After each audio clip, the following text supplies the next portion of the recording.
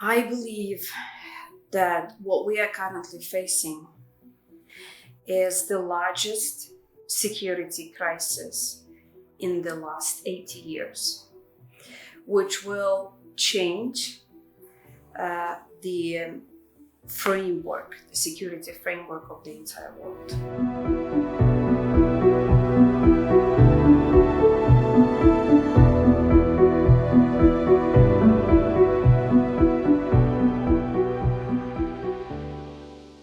So more consequences will come, more decisions will be made, more positions will be shifted. That's inevitable because the world has not been prepared for a security crisis of this scale. So it's obvious that for those who are further away from a specific battlefield, it might take a longer time to develop an understanding what exactly is happening now in Ukraine with regard to Russian aggression against Ukraine.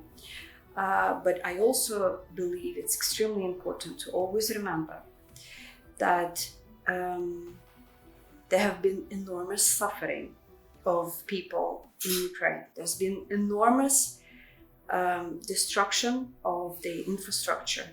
People are getting killed, raped, infiltrated, tortured, and there should be justice for this.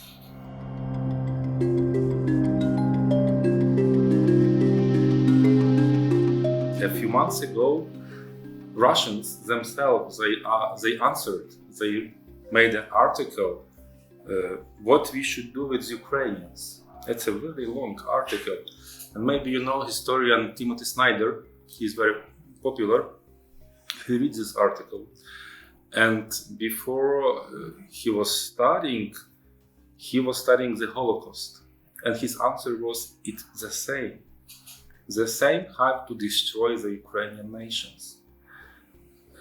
So right now we know why, because Russia doesn't want Ukraine to exist. And it's a sad situation. But answering to your questions, I think that Ukrainian people they love to be free. They love to be free in free democratic country. That's why we fight for ourselves. But mostly we're not fighting, we're defending ourselves. Those soldiers in the front line, they defending not only themselves, but they defend the family, the streets where the children are playing. Because we have a bad example of what happened in the beginning in March, April, when the Russians came from the Belarusian side. They killed everyone on the street. It is a terrible situation. When we came to those places right after the Russian withdrawal, it looks awful. The people were lying on the street. So we don't want to see it again. And our soldiers are still fighting for freedom. Obviously, territorial integrity and sovereignty of Ukraine is something that has been violated by the invasion of Russian Federation, and that's something that has been there in the UN Charter, and that's a gross violation of international law in the way it has been formed when the United Nations has been set up as an institution. So obviously, what we are talking here about is that the international system, security and peace system, basically has failed to prevent this aggression by a member of the UN Security Council against a member of the UN. So it's a huge question now on how do we make sure that this international infrastructure that was unable to prevent this war now adequately reacts to this war. And I believe all the support that Ukraine has been receiving from other countries is exactly this. This is the response of the international community 193 countries, I'll remind you, have subscribed to the principles in the UN Charter. So this is exactly the response of the international community to this gross violation of the international law.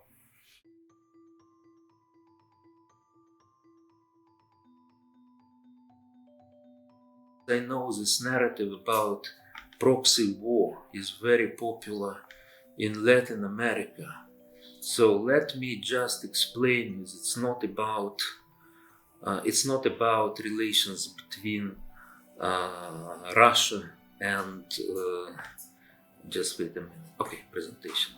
Russia and NATO. NATO. Yeah, it's about desire of Putin to restore the Russian Empire. In 2014, when Ukraine was attacked, we were a non-bloc country, official, like Brazil. You are a non-bloc country, right? Okay, we gave up our nuclear weapons. We had the arsenal, which was the third largest in the world. Do you know about it? Yes. Budapest Memorandum, right? Yes. Budapest Memorandum, and in exchange for guarantees of territorial integrity. Also from Russia.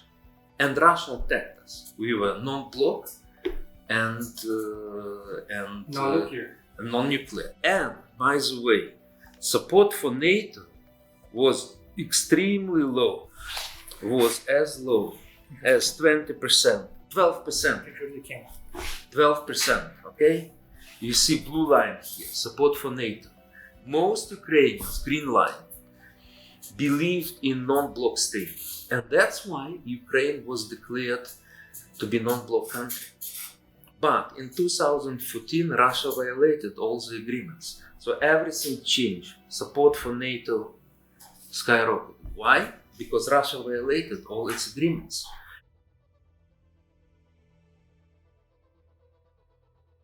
What I would say is also very important is to understand that if this particular crime of aggression is not punished, and why I'm making a particular emphasis on this is because there's currently no institution in the world that can punish Russian political and military leadership for this crime of aggression. There's just no institution.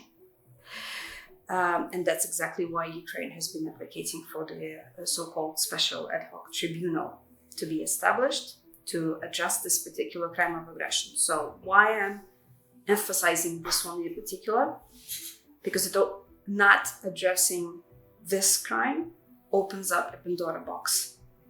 It would send a signal to everyone around the world that it's okay to invade another country, annex part of its territories, kill its people, rape its people, and so on.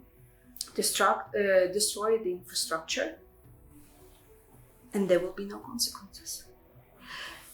This is exactly why I say it's extremely important to always remember that there can be no peace without justice. If it's not properly addressed now, this crime of aggression committed by Russian Federation against Ukraine, there will be other conflicts that will follow, and there will be other victims that will follow. And you can never be sure who will be affected. Maybe it will be Brazil as well. We cannot know this because not addressing this particular crime means setting a dangerous precedent.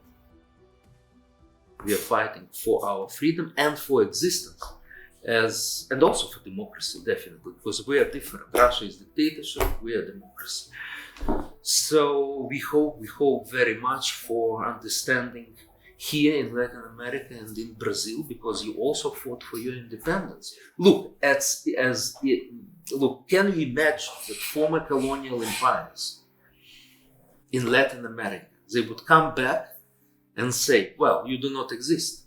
You are just part of our colonial empire. What would be your reaction?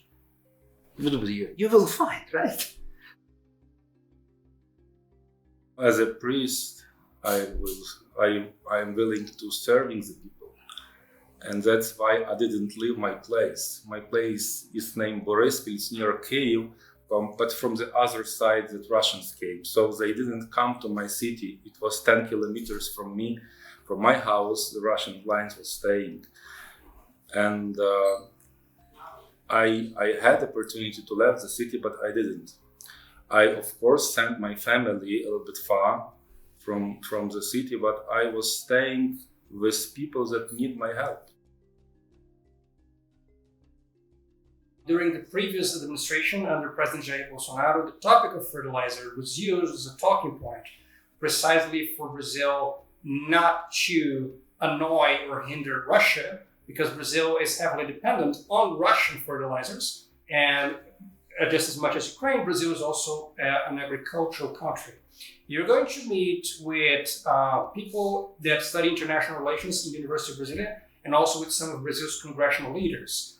How do you intend to respond to their point that Brazil should not annoy Russia because it's dependent on Russian fertilizers? It's up to the people of Brazil and the government of Brazil to decide on how to react. Obviously, it's not for me to tell the Brazilians how to react to that. However, as I mentioned, Russia has been weaponizing the issue of fertilizers in particular. That has been an issue not only with Brazil, but many other countries around the globe.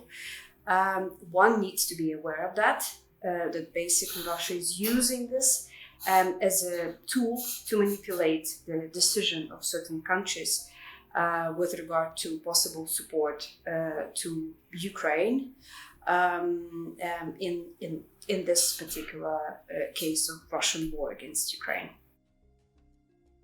For me, it would be very logical that the left would support Ukraine in this war. Why? Because the left ideology, specifically social democratic ideology, but also even more leftist views, they are based on three principles: freedom, justice, and solidarity. So now, question: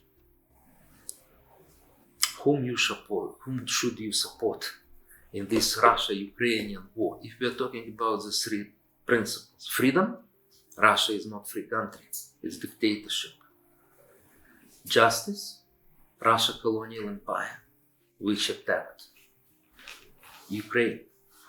Third, solidarity with the victims. We are victims of the aggression.